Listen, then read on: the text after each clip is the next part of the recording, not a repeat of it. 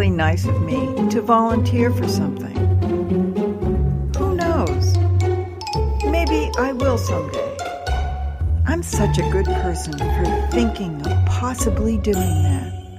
Allie Brosh, the wonderful Allie Brosh.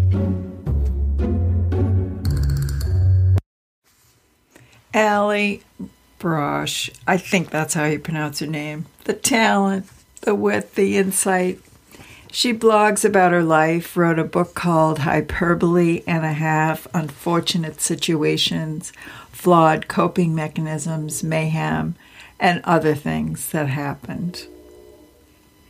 Hello, this is Pat Coakley with episode 21 of my weekly podcast from my daily blog, www.artofthediet.com.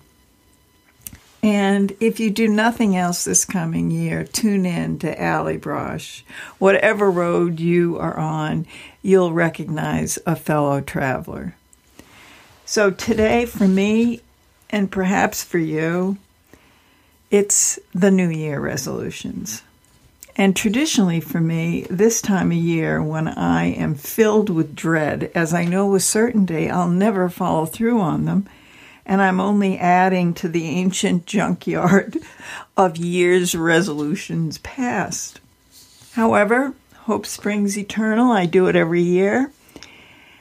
And I really think that at the beginning of this year, I'm going to take a cue from her book and calendar that were given to me as a gift and see if I can break the curse of never following through on my New Year's resolution as I approach my 6th year of maintaining a 60-pound weight loss. So here are her thoughts on motivation, which really helped me yesterday when I discovered it, realize what I've been dealing with this past year, and perhaps you'll recognize some of your struggle with it as well. Here it is. Most people can motivate themselves to do things simply by knowing that those things need to be done. But not me. For me, motivation is this horrible, scary game where I try to make myself do something while I actively avoid doing it. If I win, I have to do something I don't want to do. And if I lose, I'm one step closer to ruining my entire life. And I never know whether I'm going to win or lose until the last second.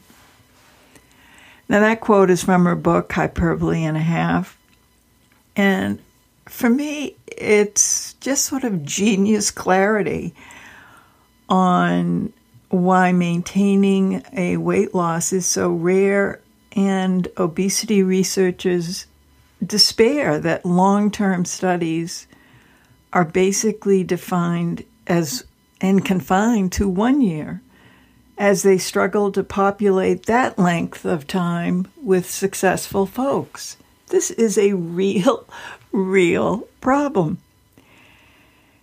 And I also think it is why, for those of us who are in fact successful in keeping lost weight from returning, why we encounter psychological periods where we simply make no flipping sense to ourselves. None whatsoever. We know what to do. We've proven we can do it. We've done it.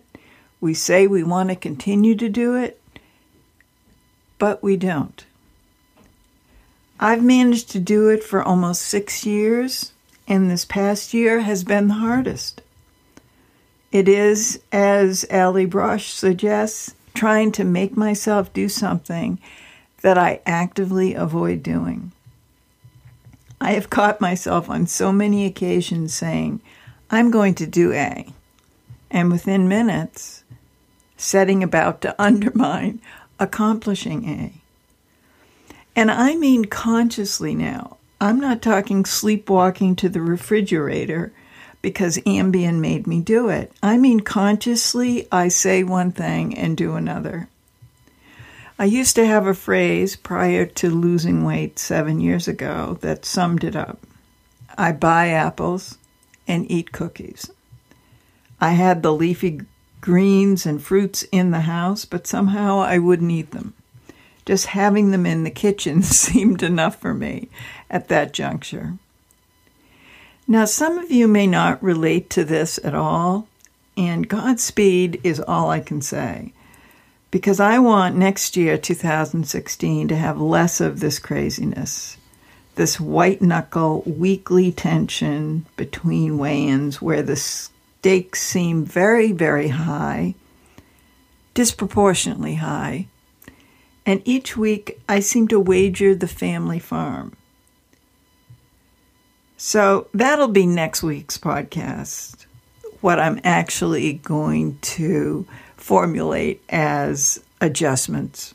But this week, the links to all posts are on my show notes page at www.artofthediet.com/21, the number 21.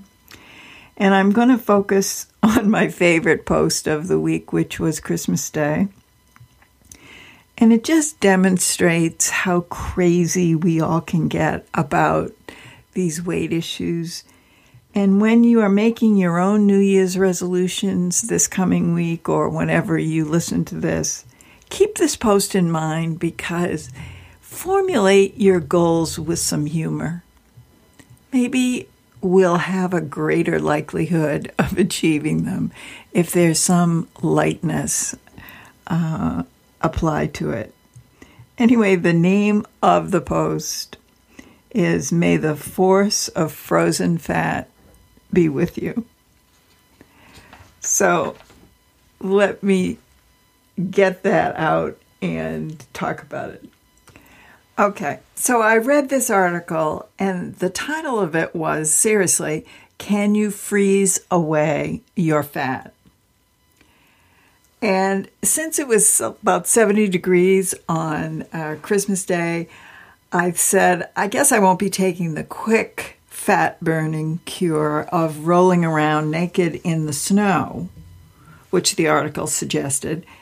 And all I can say is my neighbors were all waving their Thanksgiving flags for that. But I have gained 2 pounds, like many of us do, during the holidays. And my tried and true methods really seem a bit lackluster right at the moment. So this article of Can You Freeze Away Your Fat did catch my attention. So I thought I'd share it with you. And on the post, I have a photo of what I can only say is a new fitness device that looks, frankly, like a suicide vest. Okay?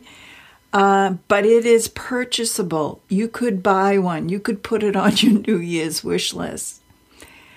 And I'm telling you, it is a vest that has pockets for freezing material that you put in it. And if you have one on your New Year's list, perhaps along your list will also be the return of your sanity, which if your sanity comes first, then you won't want one of these fitness devices. The only way I would consider one of these fat-burning vests would be if my new workout program coincided with me eating the leftover quart of Brigham's vanilla ice cream, which is currently in my freezer. As I look at it, I think I could run down the Fitness Boulevard spooning the ice cream without it melting or dripping down my pants. Now, at the same time that I read this article, I also read Pope Francis's Christmas message, which partly said that he led the world's 1.2 billion Roman Catholics on Christmas And he urged those, quote, intoxicated by possessions and superficial appearances to return to the essential values of life.